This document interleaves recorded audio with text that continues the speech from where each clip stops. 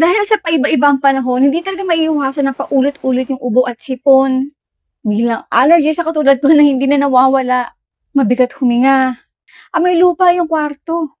Masa-masa yung dingding, pati yung kama hindi naman tayo nagbasa.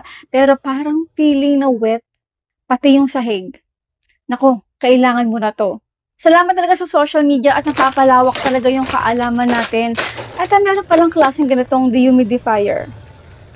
At yun ay binili ko kasi mas tipid tayo dito at meron silang iba't ibang klaseng scent. Meron ditong cherry blossom, may charcoal, at lavender.